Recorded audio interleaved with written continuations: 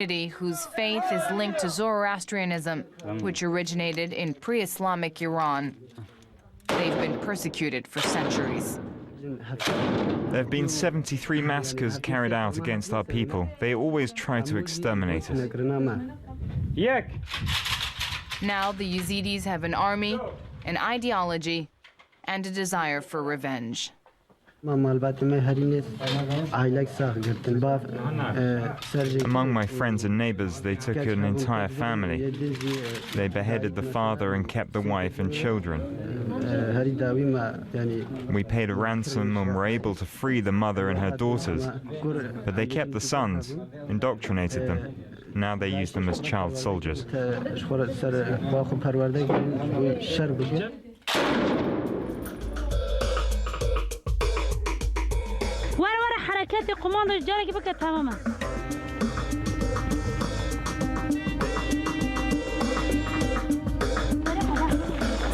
Women were the Islamic State group's first victims. The PKK decided to set up a female Yazidi unit.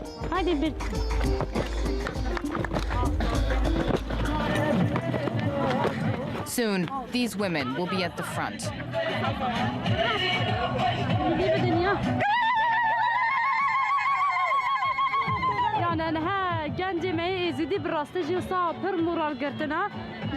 Our Yazidi youth is proud of its new army, and morale is high. They have many friends and family members that are in jihadist hands, and they will free them. They want revenge.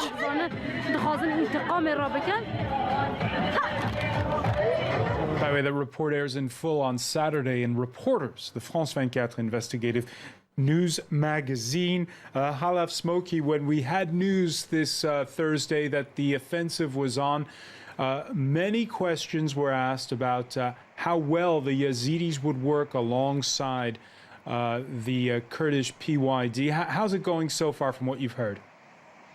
I think that was the first step for the Yazidis to bring their lands back with the help of the Peshmerga and YPG forces. I think Yazidis at this point decided to set the differences aside and coordinate with them, with the Peshmerga forces, who they lost trust in them because in August 3rd, 2014, there were like 7,000 Peshmerga forces in Sinjar, and overnight there was none, and Sinjar was taken by ISIS, and we've discovered mass graves, and 5,000 Yazidis are still. And was that a tactical withdrawal that was necessary, or do you feel as though the Kurds sold out the Yazidis?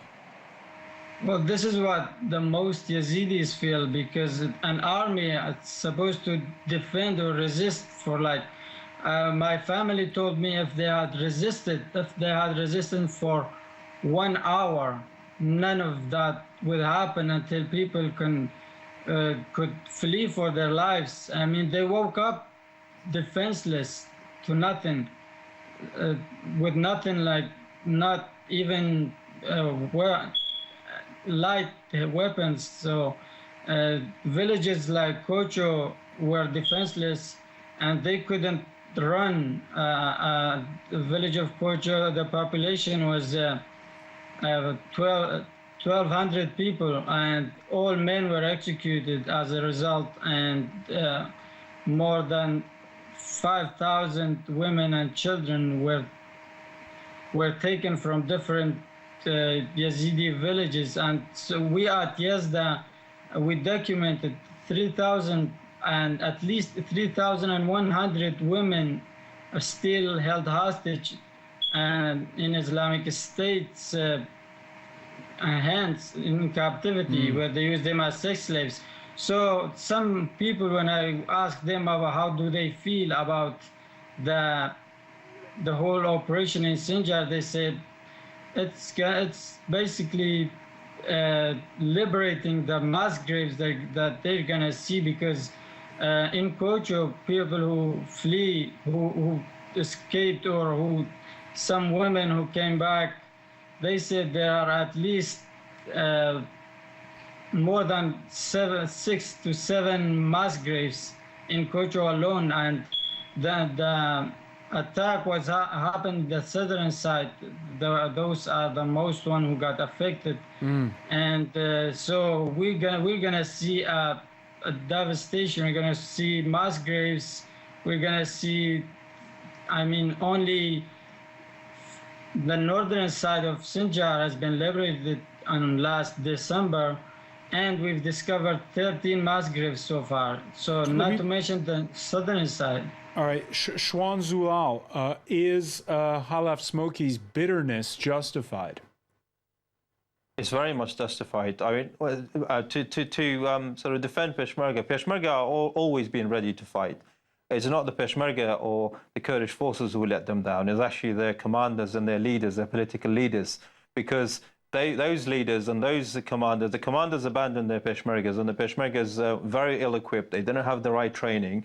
The political elite in Kurdistan region have failed to see, and given that they had very good few years of good revenues and good income, they failed to unite their forces. They failed to train their Peshmerga forces. They failed to organize the command structure, and the command structure crumbled immediately when there was one attack. As Khalas mentioned, they lasted about an hour. So, yeah, Peshmerga now and always been ready. And you can see it in the front line. You can see it from Kobani until today, that the Peshmerga has always shown readiness to fight. But, the Yazidi brothers in those areas, I think their qualm is really with the political and the military leadership.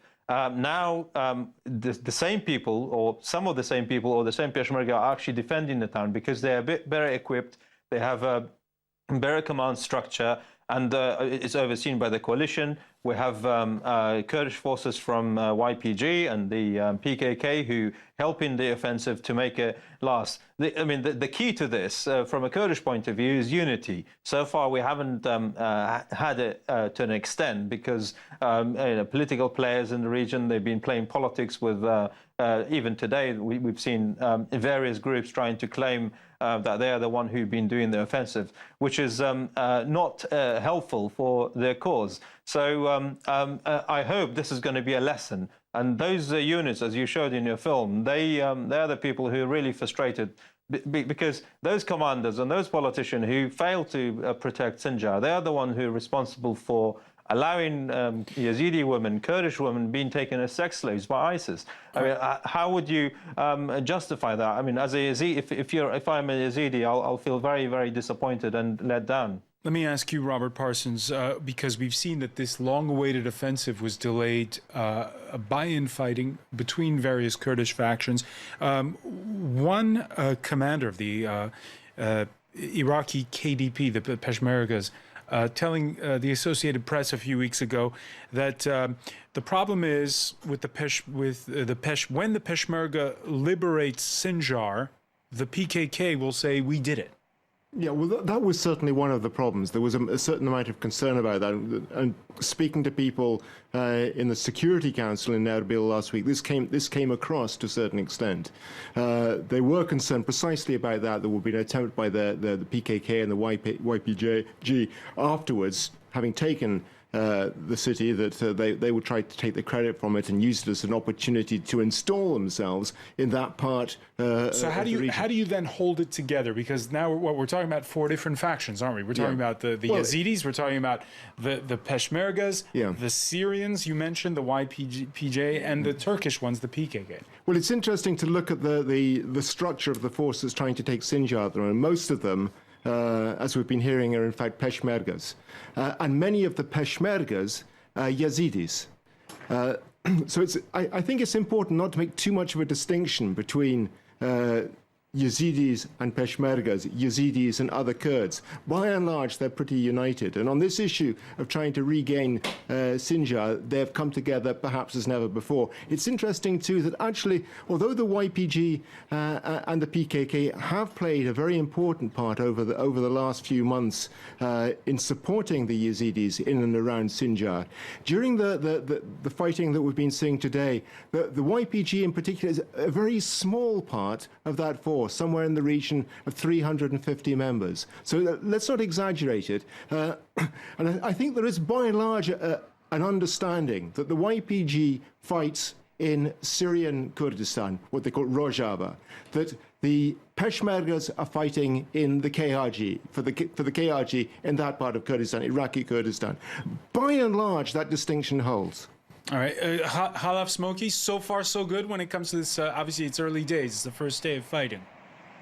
Yes. Yes, according to my friend, he was a lieutenant. He was a former lieutenant in the Iraqi army.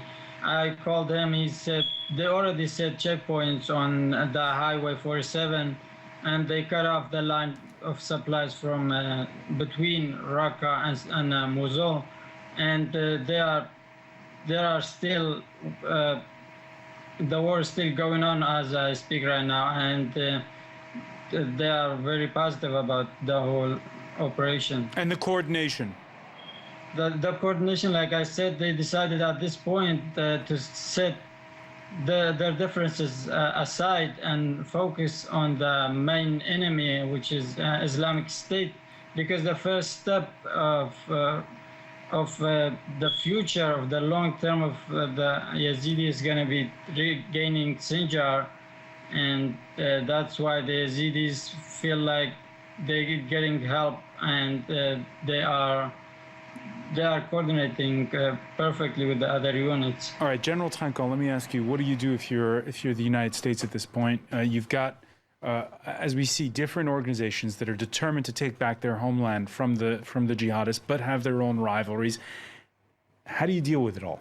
As I told you, the short term, try to organize the people who are able to fight locally and win but locally. There has to be, you agree, on the ground, a commander. And who's the commander and how does it work? That's where you organize, and you organize with a different party, putting under the umbrella of a coalition. Going back to what's happened 15 months ago. Remember, nobody cared about what was happening until the Peshmerga withdrew and Sinjar was taken, and the jihadists were going back to Baghdad. So I don't know if it was made on purpose, but this was the trigger of the operation for the coalition. Suddenly, everybody was discovering that Daesh was preparing for months to go to war, and all these poor people was not preparing for war. And the Iraqi army was preparing for something else, probably not war. Now they are learning the hard lesson, what is war? War is fighting, is killing, and it is difficult. And you need to organize that and put the Sunni also inside the box, because without them, you will not win in Iraq. Lots of reactions coming in from viewers. Dan on Facebook, already progress being made in this campaign by the Peshmerga forces, backed by U.S. air attacks like most operations. In this manner, cooperation and planning are keys. Robert Parsons, we've gone a bit into the weeds of all of this during the show, but it shows just how complicated it is. Now, roll the clock back just 1 month when the Russians launched those airstrikes, and people in Baghdad were saying, hey, come do airstrikes over here as well. How does that call seem now? Well, you know, it goes back to what we were saying earlier on. Airstrikes are really not the answer. The Americans have been carrying out airstrikes with coalition forces for the last few months. They have a limited effect. They helped certainly the Kurds when they're fighting in Kobani. They've been helping today with Sinjar. The key is coordination of ground and air forces. The Russians are beginning to learn that to their cost now with trying to cooperate with the Syrian army. Do you think we're still going to hear complicated? Do you think we're still going to hear those calls for the Russians to bomb in Iraq as well? Well, no, I don't think so. I think the impression that I get at the moment is that, particularly from the United States, they're sitting and waiting and watching for the Russians to get bogged down. Yeah, but I think you've got two operations, one in Syria, one in Iraq. And the operation in Iraq started 15 months ago. As you said, airstrikes will not achieve something real. You've got to have the ground, and you've got to reorganize on the